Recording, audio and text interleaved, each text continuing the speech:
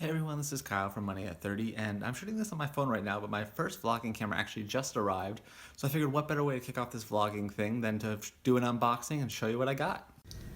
Alright, so here is my package from Amazon. I already opened it up.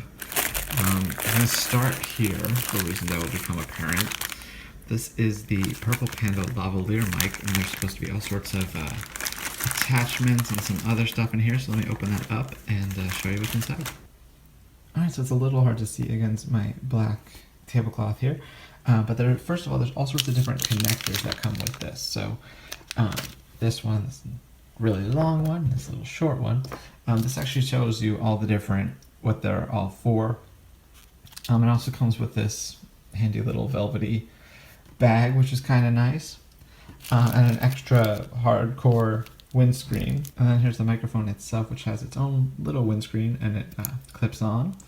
And it is a 3-line, so you can plug it into your smartphone or computer or other things like that, and it should be fine. But of course, you still have all these adapters if you need anything else. So let's plug it in and see how it works. All right, so I'm now using the Purple Panda lavalier as I reach in for my unassuming white box here. I did get this camera used, so it's not getting the original packaging or anything like that.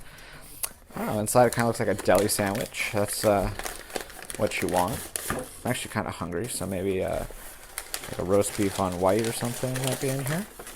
All right, first things first. Looks like I have a wall charger with a USB plug on the bottom. So I assume the next thing will be a USB plug, which I'm sure also syncs to your computer. A battery. Looks like it, hopefully it has some charge on it. I'm not 100% sure there. And then we have the camera itself, nicely bubble wrapped. There it is.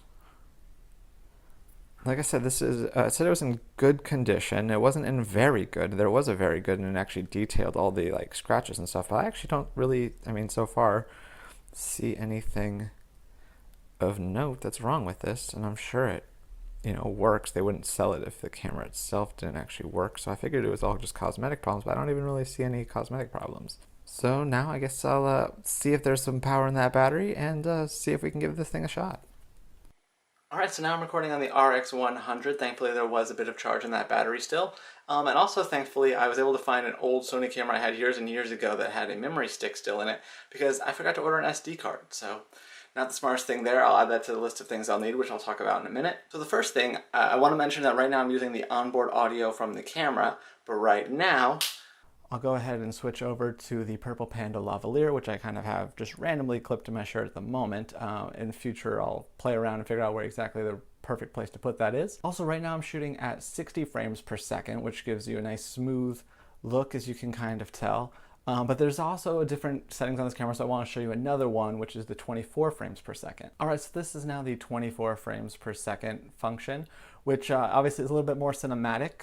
Because film plays back at 24 frames per second, as I know from working in a movie theater for about a decade of my life. So I'm not sure which one I really like better, honestly. I kind of, being a film guy, I kind of like the 24 frames per second, but I understand the appeal of the 60, so let me know in the comments which one you guys think is better and which one I should use from here on out. So, things I still need. First of all, a tripod of some sort. I have a larger tripod, but I want like a mini tripod, because right now I'm just doing this handheld, so it might be kind of shaky, and I apologize for that.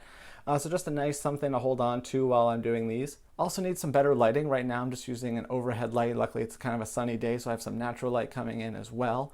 But some sort of lighting is going to be good. Last thing I'm going to need is maybe a little bit of makeup or something, because it turns out that seeing yourself in 1080 is not the most flattering thing. So for more on why I chose this camera and this microphone and kind of how I went about my research for getting started with vlogging, I have a full article on moneyatt30.com, which I'll obviously link to in the description box below. And be sure to subscribe, because we're going to be doing all sorts of cool things here. Travel videos, stuff about writing. I'm actually going to the D23 Expo in Anaheim next month, and I'll be talking about selling your book there and being a vendor, so that'll be interesting. So thanks again for checking this out, and I hope to see you soon.